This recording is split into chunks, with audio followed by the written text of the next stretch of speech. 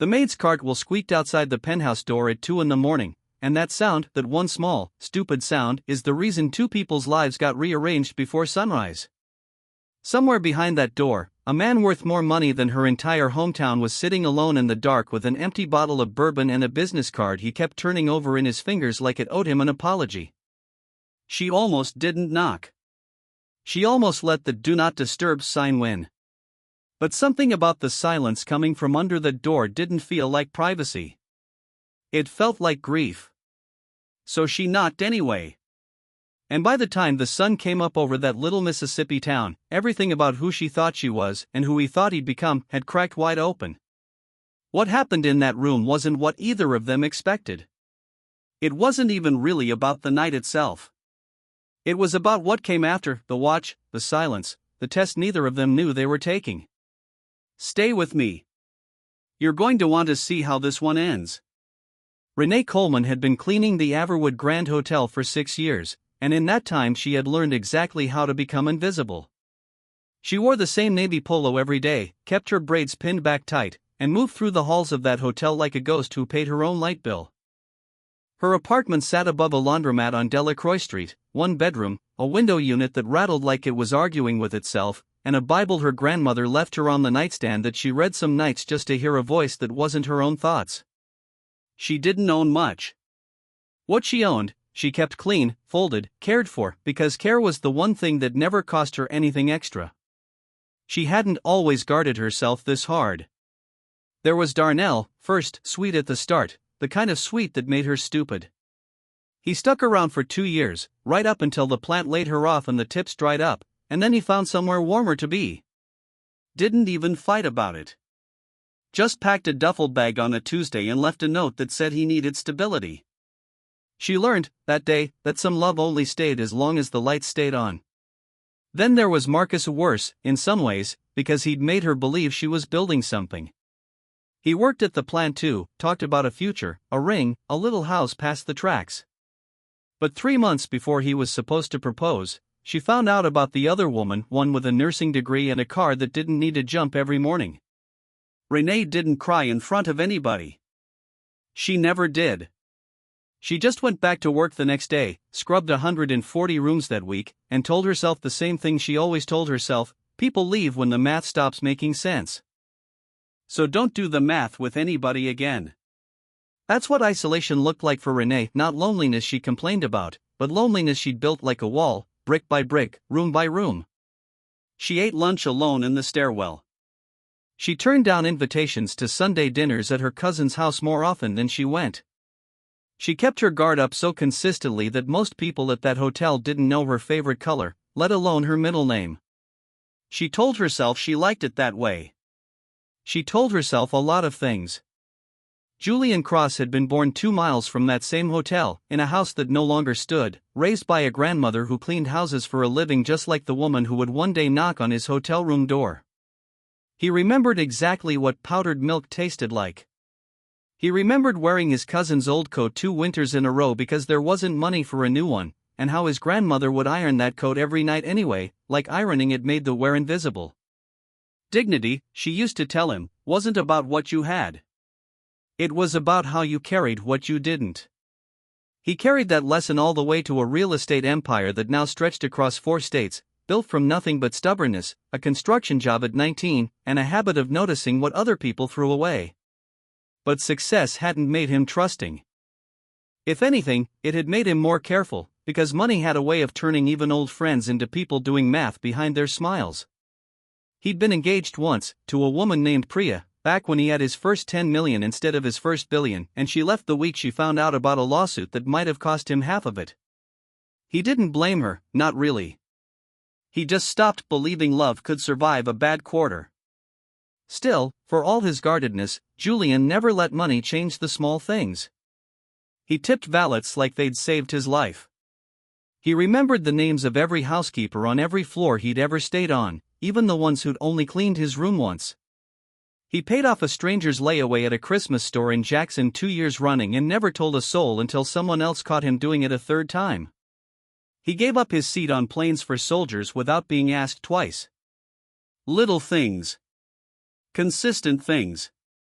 The kind of things a man does when nobody's counting, because his grandmother taught him that counting wasn't the point. But he knew how rooms changed when people learned who he was. He watched eyes shift, voices get warmer, opinions get more agreeable. So he walked into most spaces bracing for it. The recalculation people did the second his name came up. That night, alone in the penthouse, 3 hours after his own board had voted to push him out of the company he built with his bare hands, he wasn't thinking about being watched. He was thinking about how much it still hurt to be replaceable, even with all that money in the bank. Renee found him sitting on the floor with his back against the bed, jacket off, tie loose, an empty glass beside him and a full one he hadn't touched. "Housekeeping," she said, more out of habit than expectation of an answer. He looked up, and for a second neither of them said anything. "You always come this late?" he asked, voice rougher than a man his age should sound. "Only when I need the overtime." She meant it as a joke to ease the air, but something in the honesty of it made him almost smile. They talked. Not about money, not at first, about the peeling paint on the old movie theater downtown, the one they'd both gone to as kids on opposite sides of town without ever knowing it. Turned out he remembered the smell of the popcorn machine exactly the way she did. Turned out neither of them had anyone to call at 2 a.m, either. It was a small, strange comfort, finding someone else awake in the dark for reasons they didn't have to explain. She left something unfinished that night, a question she never got to ask him, about why a man with everything looked so much like a man with nothing. She told herself she'd never see him again anyway. Billionaires didn't stay in small Mississippi towns. But 3 weeks later, his car was still parked outside the Averwood Grand, and he was still asking, every single day, which floor she'd be cleaning. It started with coffee left outside supply closets, black, no sugar, exactly how she liked it, though she never remembered telling him that. Then it was small conversations in hallways that stretched a little longer each week. He learned her schedule without asking for it directly. She learned that he read poetry when he couldn't sleep, something she never would have guessed about a man who wore $1,000 suits like they were nothing. He never once tried to impress her. He never mentioned numbers, never flashed anything, never tried to buy his way into her comfort. He just showed up, same time, same quiet respect, same steady presence, day after day, like consistency itself was the gift. There was a night, a few weeks in, when the hotel's ice machine broke down on every floor at once, and instead of calling maintenance and disappearing back upstairs, Julian stayed in the hallway with her, handing her tools like an assistant instead of a man who owned 3 of these buildings outright. He didn't fix it himself, just passed her the wrench when she asked and let her be the one who knew what she was doing. Small as it was, that told her something about a man who didn't need to be the hero of every room. Renee noticed herself softening in ways that scared her a little. She caught herself smiling at her phone when he texted something ordinary, like a bad joke about the hotel's ice machine. She started letting her guard down in inches, telling him about her grandmother's Bible, about the stairwell lunches, about Darnell and Marcus, though she trimmed the edges off those stories so they wouldn't sound as raw as they felt. He never pushed. He never rushed. He just listened, the way people listen when they actually want to know the answer instead of waiting for their turn to talk. One evening he sat with her in that same stairwell, on the cold concrete steps, eating gas station sandwiches because she said the good restaurants made her feel like she was performing. He laughed for real that night, not the polished laugh he gave in boardrooms, but something looser, younger. She watched him and thought, for the first time in years, that maybe not everyone left when the math got complicated. Maybe some people just showed up anyway. Before we go further, I want to ask you something, because I think a lot of you already know the answer in your gut. If you'd been hurt the way Renee had to twice, by people you trusted with your whole heart, how long would it take you to trust somebody new? Would you test them first, the way she's about to? Drop your answer in the comments below. I really want to know how you'd handle it, because what she does next is going to split a lot of you right down the middle. It happened on an ordinary Tuesday, nothing dramatic, no argument, no warning. She was folding towels in the linen room when she overheard 2 women at the front desk talking about Julian's ex-fiancée, about the lawsuit, about how she left the second the money looked shaky. Renee's stomach dropped in a way she recognized immediately, the exact drop she'd felt the day she found out about Marcus's nurse with the reliable car. Old fear doesn't knock politely. It just walks back in through whatever door happens to be open. She started watching Julian differently after that, not obviously, but enough that she noticed her own eyes doing it. Checking his texts a beat too long. Wondering if his kindness was a performance building toward something. Wondering if she was just convenient, a stress reliever for a man mid-collapse, someone he'd forget the second his board fight settled. She hated that she was thinking it. She hated more that she couldn't stop. That fear needed somewhere to go. So she built a test. It was her grandmother's watch that gave her the idea, not the watch itself, but the memory of it, the one thing Renee owned that had real meaning stitched into it, and how she'd have sold her own soul before she sold that watch, no matter how bad things got. She wanted to know if Julian was built the same way, underneath the money. So one Thursday, cleaning his suite, she found something he'd supposedly left behind, his late grandmother's gold pocket watch, the one he'd mentioned once, almost in passing, the one that had survived house fires and hard winters and every version of his family's poverty. She knew, if she left it sitting out in plain view with the door propped for a maintenance call, exactly what a stranger might do with something that valuable and that easy to disappear. She told the front desk she'd found an item in the room and would return it to him personally at the end of her shift. Then she waited. She wanted to see if he'd panic, accuse someone, assume theft the way rich men sometimes assumed the worst about the people who cleaned up after them. She wanted to see if trust broke first, or if it held. When she knocked that evening and held out the watch, Julian's whole face changed, not suspicion, not relief exactly, something quieter. He took it from her hands so gently you'd have thought it was made of glass instead of gold. "I thought I lost it in the car," he said, voice thick.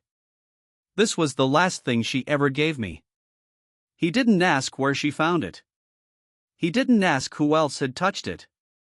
He just held it against his chest for a second, the way a person holds something they thought was gone for good, and said, "Thank you for bringing it back yourself." No accusation. No suspicion. Just gratitude, plain and whole. Renee stood in that doorway holding her own breath, watching a man's character reveal itself without a single word of performance in it, and something in her chest cracked open a little, right alongside the guilt she wasn't ready to name yet. But guilt doesn't always show up clean. Sometimes it shows up sideways, dressed as anger instead. 2 days later, Renee overheard something that undid all the peace that watch had given her. One of the desk clerks mentioned, casually, that Julian had asked hotel security to keep an eye on the staff during his stay, standard corporate protocol, the clerk said, nothing personal. But Renee didn't hear it that way. She heard confirmation of every fear she'd been carrying, that she'd been watched the whole time, monitored, measured, maybe even suspected the moment that watch went missing. She felt foolish for softening. She felt foolish for the stairwell sandwiches and the poetry and the ordinary jokes about the ice machine. She stopped answering his texts. She switched her shifts so their paths wouldn't cross. When he came looking for her, she gave clipped answers in busy hands, the wall going back up brick by brick, faster than it had ever come down. 3 days of silence stretched into 5. Julian didn't chase her through the halls, didn't make a scene, didn't demand an explanation in front of anyone, he just kept showing up at the same time each day, quiet as ever, leaving black coffee outside a supply closet she no longer opened. Renee told herself this proved nothing. Told herself distance was safer. Told herself, again, that people always left when things got complicated, she was just leaving first, for once, before he could. The truth came out by accident, the way truth usually does. Renee ran into the same desk clerk again, this time asking a follow-up question out of nagging discomfort, and learned the full context she'd missed the first time. Julian hadn't asked security to watch the staff at all. He'd asked them to stop watching the staff, specifically, to stop the previous general manager's practice of flagging housekeepers who spent too long in guest rooms, a policy that had gotten 2 women fired the year before for nothing more than taking bathroom breaks. Julian had ended that policy the same week he met Renee, quietly, without announcement, because, the clerk said, almost as an afterthought, he said nobody working that hard should have to feel like a suspect in their own job. Renee stood there in the hallway with a stack of clean towels in her arms and felt her hands go still, then start to shake. Her breath caught somewhere high in her chest and wouldn't come back down easy.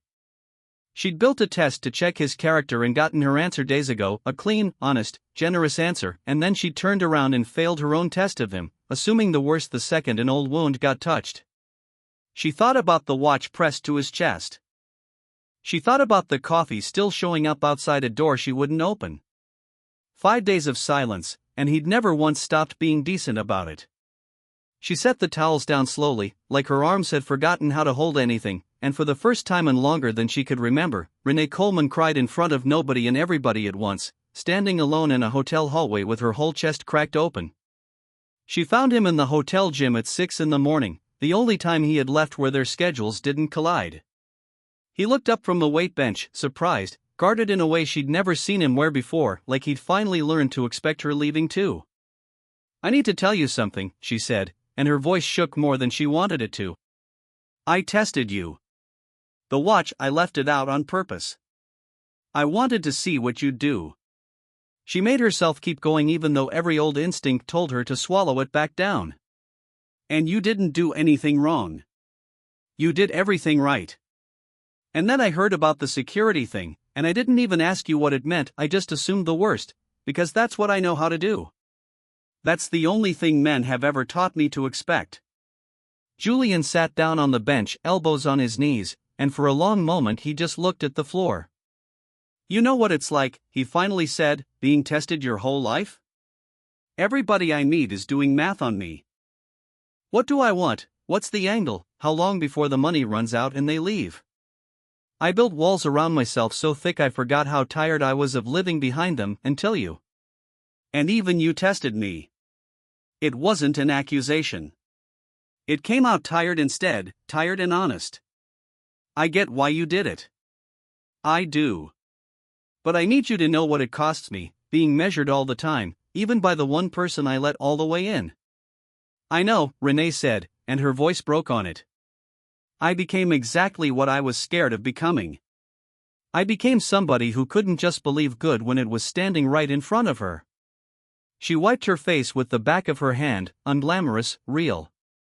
"I'm not asking you to just forget it. I'm asking if there's room to start again, honest this time. No more testing. No more assuming. Just this. Whatever this actually is." He reached over and took her hand, careful, the same way he'd held that watch. "There's room," he said. "But we do it slow. And true." It wasn't a clean resolution, not a movie kiss, not fireworks, just two tired, honest people deciding, quietly, to try. Word got around town fast, the way it always does, and it wasn't long before Renee's mother showed up at the hotel unannounced, arms crossed, eyes sharp with a lifetime of watching men make promises they didn't keep. She found Julian in the lobby and didn't waste a single word on pleasantries. "My daughter's been hurt by men with less to lose than you," she said. "What makes you different?" Julian didn't flinch, and he didn't perform. "Nothing makes me different yet, ma'am," he said. "I haven't earned that yet. All I can tell you is I plan to keep showing up until the answer's obvious, instead of just telling you it is." He didn't mention the money. He didn't mention the company, the properties, any of it. He just stood there, steady, hands in his pockets, meeting her eyes without blinking. Renee's mother studied him a long moment, the kind of look that had ended more conversations than it started. Then, slowly, something in her posture eased. "Huh," she said, almost to herself. "That's the first time one of them didn't try to sell me something." She didn't hug him. She didn't smile, even. But she nodded once, sharp and final, the way her generation gave its blessing, not with words, but with the absence of further suspicion. It was enough. Renee, watching from the doorway, felt something settle in her chest that had been unsettled for years. That evening, Renee finally told Julian the whole truth behind the test, not just what she'd done, but why. She told him about her grandmother's watch, the one thing she'd never sell no matter how bad things got, and how she'd needed to know if his love for his own grandmother's watch ran that deep too, if his character held the same weight hers did when nobody was grading him for it. "I wasn't trying to trick you," she said. "I was trying to find out if you were real." Julian took her hand and turned it over, tracing her palm slow and thoughtful. "You didn't betray me," he said. "You trusted me enough to actually test the truth instead of just believing whatever I said. That's not manipulation, Renee.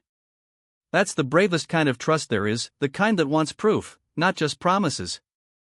He pulled the pocket watch from his jacket and set it gently in her open palm. "I want you to hold on to this for a while," he said. "Not because I don't trust you. Because I do." They started fixing up the old movie theater downtown together that spring, the one from their childhoods, standing empty for a decade, paint peeling just like it had the night they first talked about it. It wasn't Julian's money doing the work alone, it was both of them, weekends spent scraping old paint, replacing seats one row at a time, patching the marquee letter by letter until it read right again. Renee brought her grandmother's Bible some evenings and read out loud while Julian sanded down the old ticket counter, and slowly, month by month, that broken building started looking like something worth walking into again. They argued over paint colors. They laughed over a raccoon that had made a home in the projector room. Time passed the way real healing does, unglamorous, patient, full of small joys nobody would ever put in a highlight reel, but the kind that actually held weight. It was an ordinary Sunday evening, months later, paint still drying on their hands, when Renee said at first, not planned, not dressed up in anything special. "I love you," she said, sitting on the dusty theater steps, and it came out plain as anything, the truest thing she'd said in years. Julian didn't make a speech. He didn't need to. He just took her paint-stained hand in his and said, "I love you too. Been loving you since the coffee started tasting like it mattered." It was steady, not dramatic, the kind of love confession that didn't need fireworks because it had already survived the hard part. The theater reopened on a warm evening in early autumn, string lights strung across the restored marquee, the whole town turning out to see what two people had quietly rebuilt. Julian asked Renee to meet him on that same stage where they'd argued about seat colors for weeks, and when she walked out, he was standing there holding the pocket watch open, the old photo of his grandmother inside it turned toward her. "This watch survived everything my family ever went through," he said. "I want it to survive something good, for once." He got down on one knee, right there under the lights they'd hung together, and asked her to marry him, not with a diamond first, but with that same worn gold watch pressed into her palm, a promise instead of a performance. Renee said yes before he even finished the sentence, laughing and crying at the same time, right there in the theater where two lonely kids from opposite sides of the same small town had once sat in the dark without ever knowing the other existed. I think about this story and what it really teaches us, and it isn't really about money, or class, or even about a night neither of them planned. It's about how fear teaches us to test the people who love us, when sometimes all we need to do is let them show us who they are. Love isn't proven in grand gestures.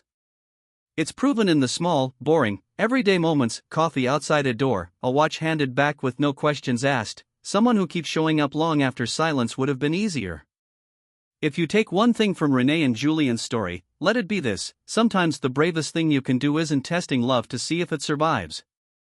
It's choosing to believe it, even when your old wounds are begging you not to. Now I want to hear from you. If you were Renee, would you have tested Julian with that watch, or trusted him outright? And do you think her mother's blessing meant more because she didn't say a word about the money at all? Let me know down in the comments. I read every single one. If this story moved you, hit that like button, subscribe if you're new here, and share it with somebody who needs a reminder that real love shows up quiet, not loud. Next week's story might be the hardest one yet: a woman who finds out her husband's business trips were something else entirely, and the voicemail that changes everything. You will not want to miss it.